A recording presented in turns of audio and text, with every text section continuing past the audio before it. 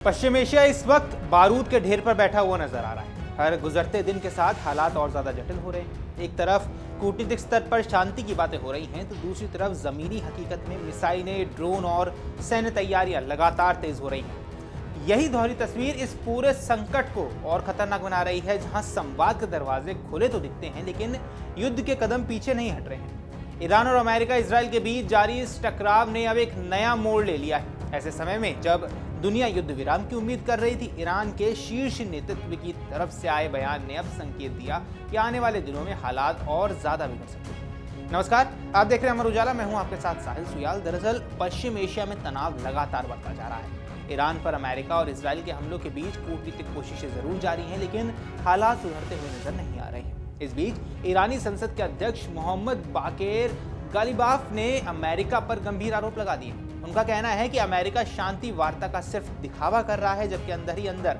जमीनी हमले की तैयारी कर रहा है। अब आपको विस्तार से समझाते हैं कि आखिर ये पूरा मामला क्या है और इस बयान के आखिर क्या कुछ मायने हैं। दरअसल ईरानी संसद के अध्यक्ष मोहम्मद बाकेर गालिबाफ ने रविवार को एक सख्त और चेतावनी भरा बयान जारी किया। उन्होंने कहा कि अमेरिका एक तरफ कूटनीति और बातचीत की बात कर रहा है, लेकिन दूसरी तरफ वो गुप्त रूप से ईरान के खिलाफ जमीनी हमलों की योजना बना रहा है। उनके मुताबिक ये दोहरा रवैया न सिर्फ धोखेबाजी है, बल्कि क्षेत्र में शांति के प्रयासों को कमजोर करने वाला भी है। गालिबाफ ने अपने बयान में साफ तौर पर कहा है कि दुश्मन सार्वजनिक तौर पर बातचीत और संवाद के संदेश भेज रहा है, लेकिन पर्दे के पीछे जमीनी आक्रमण की साजिश रच रहा है।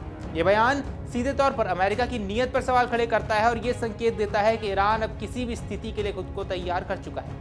अच्छा, सांसद ने आगे कहा कि ईरान की सेना पूरी तरह से सतर्क है और किसी भी संभावित हमले का जवाब देने के लिए तैयार बैठी है। गालिबाफ के शब्दों में, हमारे सैनिक अमेरिकी सैनिकों के जमीन पर उतरने का इंतजार कर रहे हैं ताकि उन्हें करारा जवाब दिया जा सके। ये बयान सिर्फ एक चेतावनी नहीं, बल्कि एक खुला संदेश है कि अगर जमीनी हमला हुआ तो ईरान पीछे हटने वाला नहीं है। गालिबाफ ने अमेरिका के उस प्रस्ताव का भी जिक्र किया है जिसमें कथित तौर पर संघर्ष विराम के लिए 15 सूत्रीय योजना पेश की गई है। अब यहाँ यह आरोप लगाया गया है कि अमेरिका इस योजना के जरिए वो हासिल करना चाहता है जो युद्ध के मैदान में नहीं जीत पाया। उन्होंने कहा कि अमेरिका बातचीत के जरिए अपनी हार को छिपाने की कोशिश कर रहा है, लेकिन ईरान कभी अपमानित नहीं होगा। ये बयान उस समय आया है जब क्षेत्रीय युद्ध को शुरू हुए करीब एक महीना बीत चुका है। 28 फरवरी को इजराइल और अमेरिका द्वारा ईरान पर किए गए हवाई हमलों के बाद हालात तेजी से बिगड़ते चले गए। इन हमलों में ईरान के सर्वोच्च नेता अली खामेनेई की मौत हो गई, जिसने पूरे क्षेत्र को झकझोर कर रख दिया। फिर इस घटना के बाद से ईरान ने अपने रुख को और सख्त कर लिया और अब वो सीधे सीधे अमेरिका और उसके सहयोगियों को चुनौती देता हुआ साफ नजर आ रहा है। गालिबाफ का यह बयान इसी रणनीति का हिस्सा भी माना जा रहा है, जहां ईरान अपने विरोधियों को यह दिखाना चाहता है कि वो किसी भी दबाव के आगे नहीं झुकने वाला है।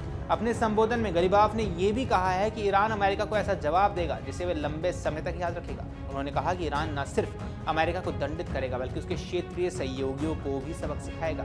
ये बयान ये भी संकेत देता है कि आने वाले समय में संघर्ष और व्यापक हो सकते हैं और इसमें अन्य देश भी सीधे तौर पर शामिल हो सकते हैं। इसके साथ ही गालिबाफ ने ईरान के लोगों को एकजुट रहने की अपील की है। उन्होंने कहा कि देश इस समय एक बड़े वैश्विक युद्ध के बीच में खड़ा हुआ है और ये संघर्ष अपने सबसे गंभीर चरण में पहुंच चुका है। उन्होंने नागरिकों से धैर्य बनाए रखने और सेना का समर्थन करने की आशा भी की है। गालिबाफ ने यहाँ भरोसा जताया है कि ईरान उस संकट से मजबूती के साथ उभरेगा और अपने वैध अधिकारों की रक्षा करेगा। उनके अनुसार यह सिर्फ सैन्य संघर्ष नहीं, बल्कि देश की संप्रभुता और सम्मान की लड़ाई है।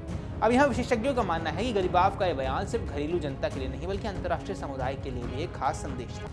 ईरान ये दिखाना चाहता है कि वो किसी भी तरह के दबाव या धमकी के आगे झुकने वाला नहीं है और अगर जरूरत पड़ती है तो वो जवाबी कार्रवाई करने से भी पीछे नहीं हटेगा। हालांकि इस पूरे घटनाक्रम के बीच सबसे बड़ा सवाल यही है कि क्या कूटनीतिक प्रयास इस तनाव को कम कर पाएंगे या फिर ये टकराव एक बड़े युद्ध में बदल जाएगा, क्योंकि एक तरफ जहां बातचीत की बात हो रही है, वहीं दूसरी तरफ इस तरह के आक्रामक बयान हालात को और ज्यादा भड़का सकते हैं। कुल मिलाकर पश्चिम एशिया में मौजूदा स्थिति बेहद संवेदनशील बनी हुई है। हर बयान, हर कदम और हर रणनीति का असर न सिर्फ इस क्षेत्र बल्कि पूरी दुनिया पर पड़ सकता है। ऐसे में आने वाले दिन बेहद अहम रहने वाले हैं, जो ये तय करने वाले हैं कि संकट बातचीत के जरिए खत्म होने वाला है या फिर एक बड़े युद्ध का रूप ये ले सकता है। बाकी आपको क्या कुछ लगता है, हमें कमेंट सेक्शन में जरूर बताएं। फिलहाल के लिए इस वीडियो में इतना ही। नमस्कार।